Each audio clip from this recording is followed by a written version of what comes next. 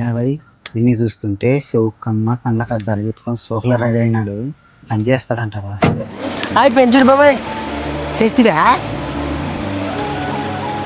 ఆడుతుంది లేరా, టయానికి బాగా వచ్చి చేస్తేవి లేరా, లేదంటే ఇతను అలాగమైతుండే. దాన్ని ముందులే బాబాయ్. ఇప్పుడు నాకు చాలా సంతోషంగా ఉంది బాయ్. మామ అదే సంతోషంలా దుడ్లతో పాటు నీ బిడ్డ అనుకుని పెళ్లి చేసుకుంటా. అట్టనా? పెళ్లి చేయాలనా? చేస్తా బాగు. ఇక్కడ రా బావా. నీకెంత రిమ్మంటే మా సర్పంచ్ మీద కలెక్టర్ లెటర్ రాసావిలేను. మా తాత ముత్తాతల కాడ నుంచి వచ్చిన పదవిని హోటల్లో చూస్తావా? మీ తాతల నుండి మీకి, మీ నుండి మీ పిల్లలకు రానికి ఇదే మీ ముత్తాతలు సంపాదించిన ఆస్తి కాదు, ఇది రాజ్యాంగం, అందరి హక్కు. ఏంలే నోరు లేస్తుంది తొక్కుతనా కొడక. ఈ ఊర్లో పుట్టినప్పటి నుంచి చచ్చేంత వరకు ఎవరు దుడ్లు అవసరం అయితే నేనే సాయం చేసిన. ఈ ఊర్లో అందరు ముద్ద పువ్వు తింటున్నారంటే అది నా వల్లే. అయినా వాళ్ళకి పైనుండి వచ్చే నిధులు, వాళ్ళకి జరగాల్సిన అన్ని పనులు సక్రమంగా జరిగితే నీ దగ్గరకు వచ్చి అయ్యా అని చేయాల్సిన అవసరం వాళ్ళకి లేదు.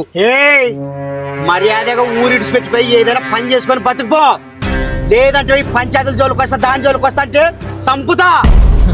పుట్టినప్పటి నుండి చచ్చిపోయేంత వరకు సచ్చిన వాళ్ళకి గుంత దోగ వల్ల మేము, మాకు సావు పెద్ద లెక్కే కాదు.